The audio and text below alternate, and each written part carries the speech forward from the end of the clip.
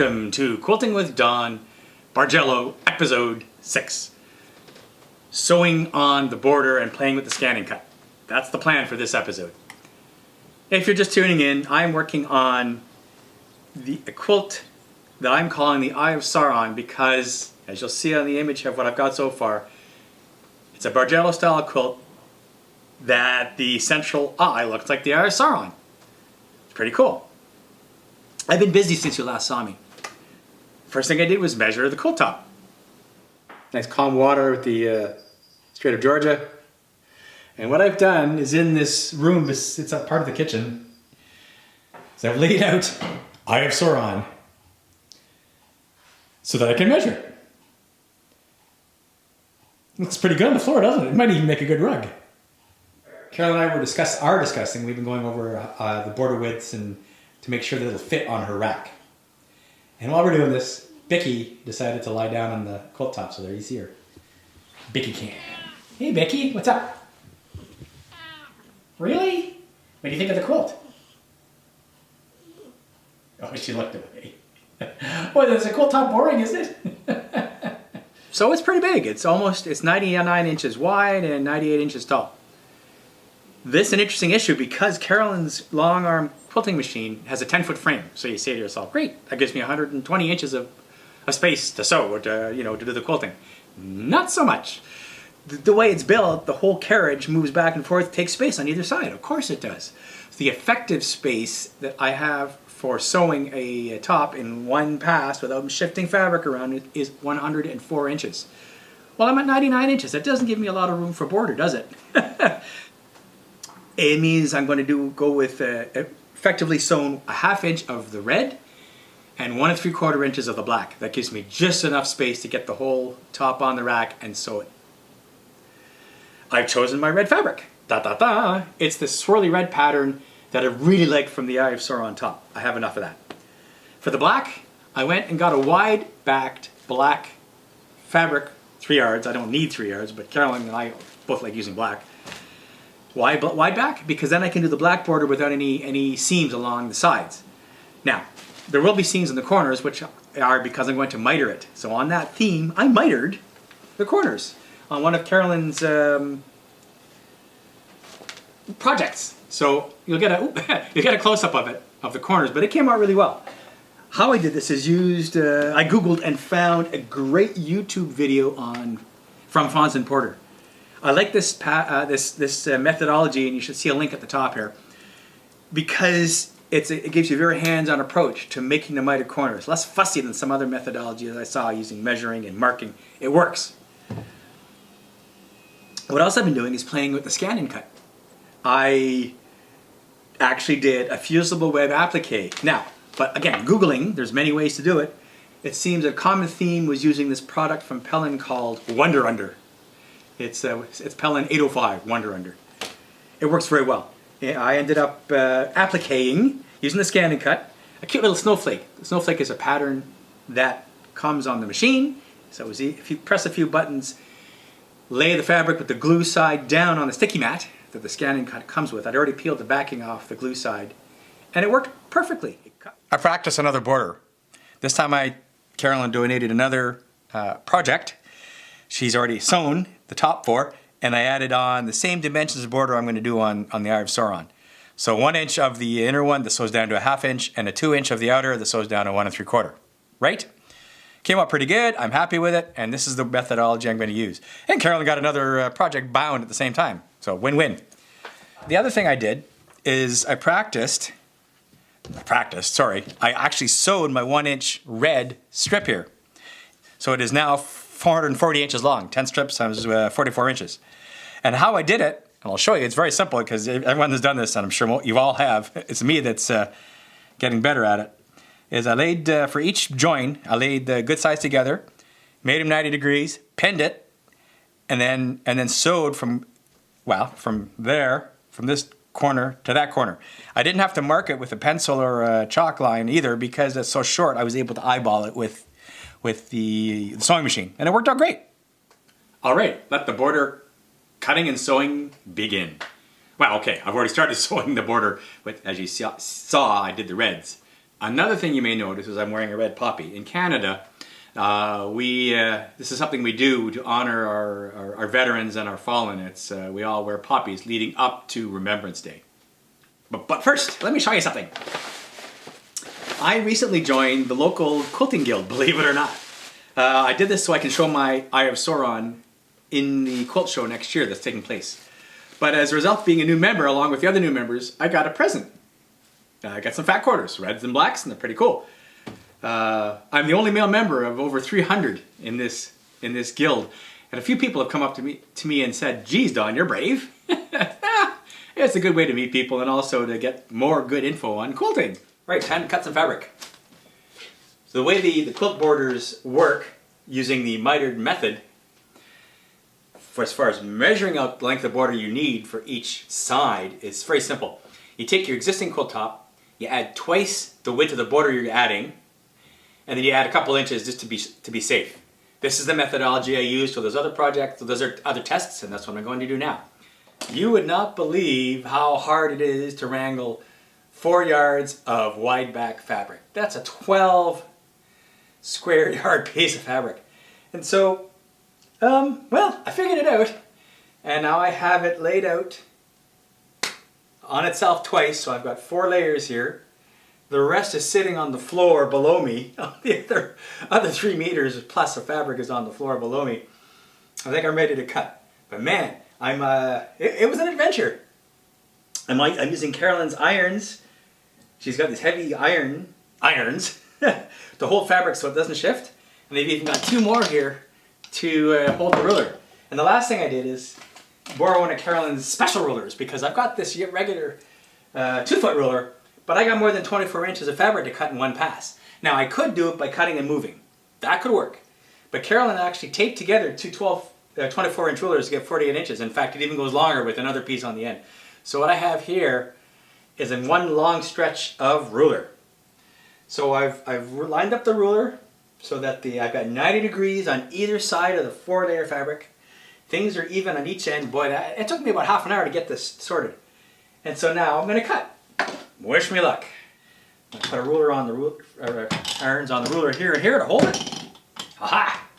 Hopefully that'll get her done. Let's see what happens.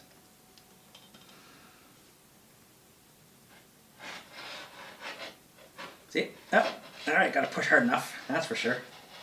4 layers of fabric. And no shifting.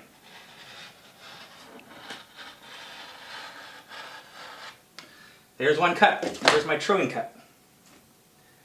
So now, all that work, and I might have put the fabric on wrong, because now I got to do 2 inches, and I'm gonna have to either cut. It's gonna cut wrong, but see what happens. What could go wrong? It's awkward. Hope I don't cut. Well, I'm not planning on cutting my arm. Here we go. First 2 inch slice.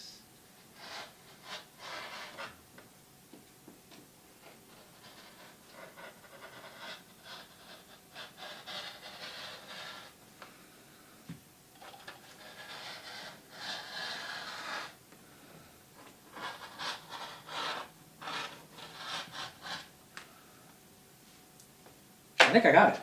I'm going to run it once through just to make sure.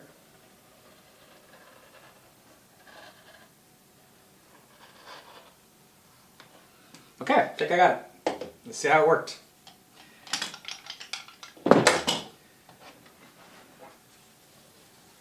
We got it. 1 2 inch. My first 2 inch slice. My first 2 inch slice of black fabric. It works. It ain't pretty, but it works.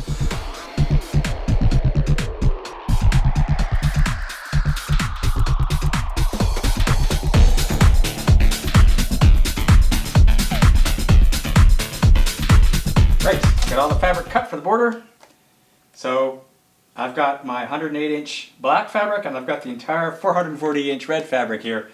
And I'm just going to run the fabric, because there's not going to be much waste at the end of either piece anyway. So there we go.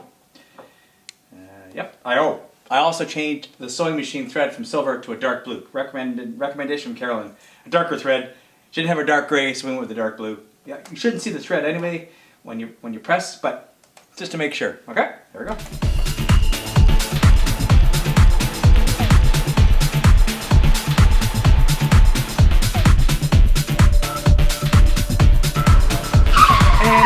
I made a calculation mistake. There is going to be a happy ending. But if I'm going along here and I noticed, uh-oh, I mean, this is the last piece of black and the last piece of red. And look what happens. The red runs out before the black. And I have a scrap of red that is not long enough to fill in the gap. So if you're asking what happened, I quickly realized my mistake.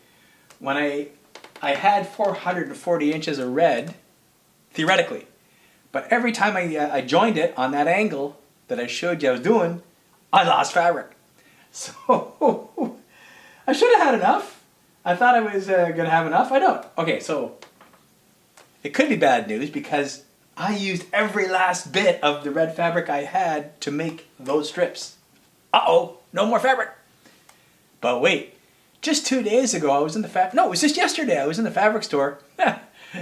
I was there solo. Go figure. Carolyn needed a different zipper, so I brought in her sample and got her another zipper. But while I was there, I said to myself, out of complete whim, what if I decide to make the binding red? Then I would probably want more of that red fabric. And the fabric store had it. Because that's where I got the first fabric, was from the local fabric land here on the island. So I just happen to have another yard of this stuff. I have more than enough to make a little piece of fabric to finish that strip. So all's well. I've finished all the border strips, marked the centers of each, marked where the end of the border strip should be lining up with the corner of the quilt top. So now I'm going to pin it, easing it in. Here's where I've got the strip ready to go, and I've pinned the center of the quilt top, and I've notched with the iron a crease where the border starts. And at the other end, I've got the quilt top, obviously here, ends there, and a pin on the border where it should line right up at the end of the top. I'm going to pin that, then do the other half, and then throw it onto the machine. So it's a bit of a laborious process, especially because the quilt top is so big, but it'll work. So now I'm going to sew it. Wish me luck. As the video says from Fons Porter, you start roughly 1/4 of an inch in from the very corner, and I pinned where that is. You do the lock stitch, so back and forth, make sure that it does, so it won't fray, and then you sew the border.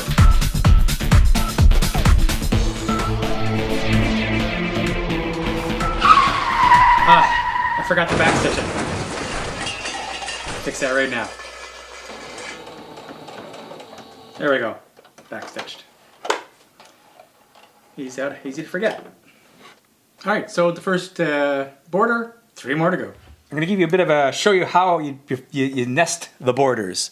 Now, this border on the top here was already sewed down. And you sewed it to within 1/4 inch of the end, but not to the very end. Because if you look at it, we're going to be doing the same thing here. But instead of going with the generic 1/4 inch, what I'm going to do is sew this border, once I fold it over, right up to the fabric of the other border. So you can do that by feel. So I'm going to flip it forward, right? And you can feel, and I might even mark it,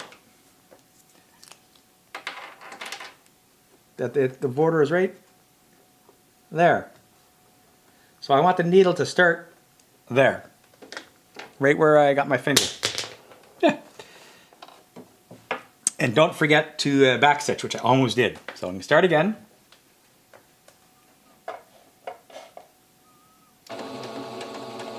And backstitch, right the button right here. Take out the pin, needle down, and away we go.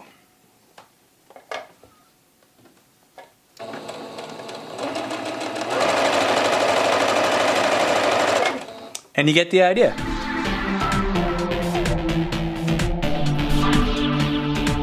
All right, I am coming to the end, and you can see, hopefully, that this bottom border, I will flip it down, and I'm going to want to sew along my 1/4 inch seam right to here. All right, and not forgetting to backstitch. There we go, locked. And that's it. That's the last corner. So this is where the magic happens. This is the Fons Porter method that I found, and I've tried it, and I like it. You can see I've got the top here with the 2 borders intersecting at the corner here. All right. So their method is you take the top and you fold it on itself so that the tails line up like this, right? And you create, as a result of that, a nice 45-degree diagonal with the top, right here. And then all you do is, and I'm going to be more careful when I actually do this, but I'm showing you how you do it. You take your ruler, you run it along the line of the fabric, comme ça, that's in French, you know, and like something like that. Then you mark it.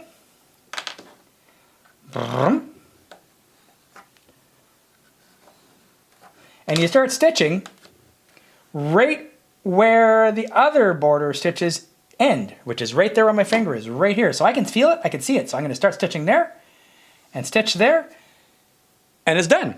And here we have it. This is the first corner. What I've done is I've ironed it, of course. It looks pretty good, doesn't it? The back side, so you can tell on the diagonal here, I pressed the seam open all the way to where the original top. And of course then you press flat and in an outwards direction all the border seams. There we have it. I have 3 more to go, but it came out really good.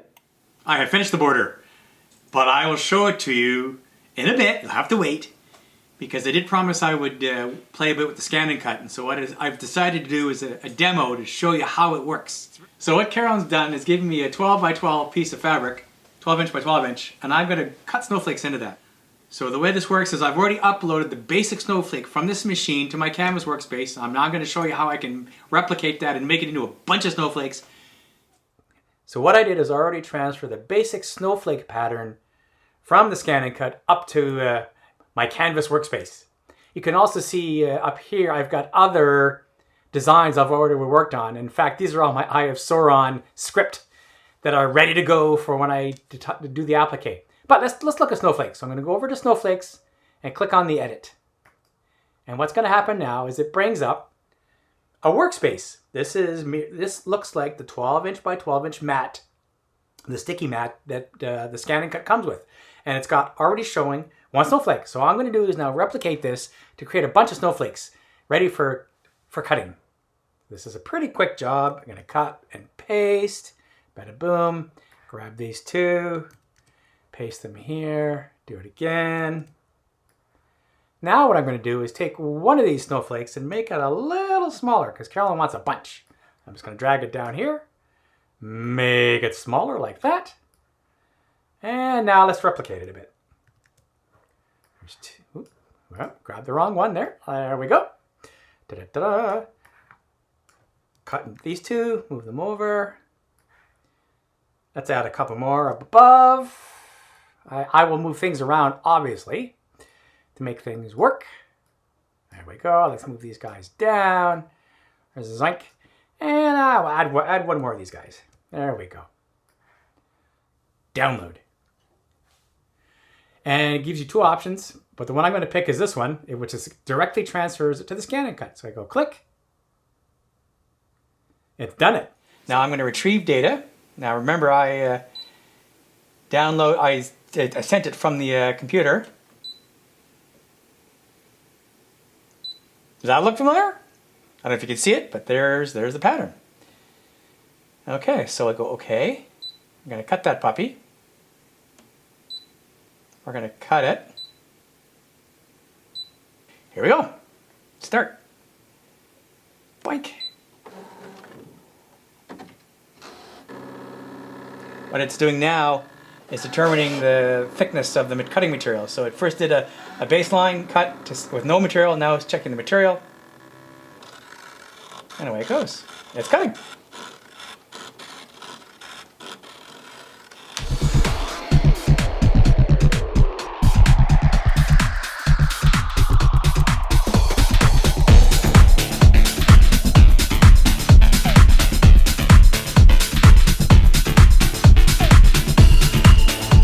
Done. All right. And they're all here. I've peeled away the part in between the snowflakes, and now you just got to get the snowflakes off. And how you do that, I'm not going to bore you with the details, but you take this little spatula here and you slowly pry up each snowflake. It takes time, but that's what you do. And here they are, the little snowflakes. They are so cute. And you saw how quickly that cut. And it took me another 5-10 minutes just to separate all the snowflakes from the mat. I present to you Eye of Sauron, unquilted. There it is. Now, you can see the borders around the edges, the nice little red piping, and the black. Super pumped about it. The miter corners came out great. Even Carolyn said, oh, those are good. So I'm going to toast myself with one of my favorite cocktails. I am a beer and whiskey kind of guy, but once in a while I like a martini. This is the Vesper Martini. 3 parts gin, 1 part vodka, half a part of fortified wine, Lillet, Quina Lillet to be specific. So cheers. Remember, don't drink and sew, don't drink and quilt, but enjoy yourself on the road of making a quilt. That is a good martini. So this brings to a close this episode. Next, this baby goes on the rack. So stay tuned for the rack time on the long arm with Eye of Sauron. Cheers.